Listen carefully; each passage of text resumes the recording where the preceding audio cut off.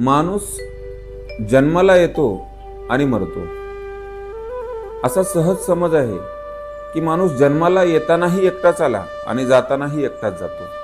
पण हे खरंच वास्तव आहे का, किंवा यापेक्षा काही वेगळं आहे का? रामकृष्ण हरी.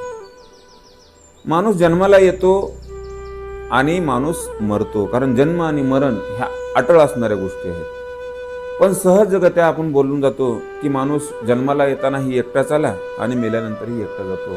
पण तसं नाही.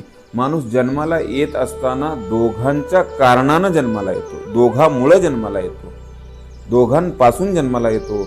आणि माणूस मेल्यानंतर चौघांपासून निघून जातो आपल्यातून. म्हणजे जन्माला येण्याला 2 जण कारणीभूत ठरतात आणि मेल्यानंतर 4 जण कारणीभूत ठरतात.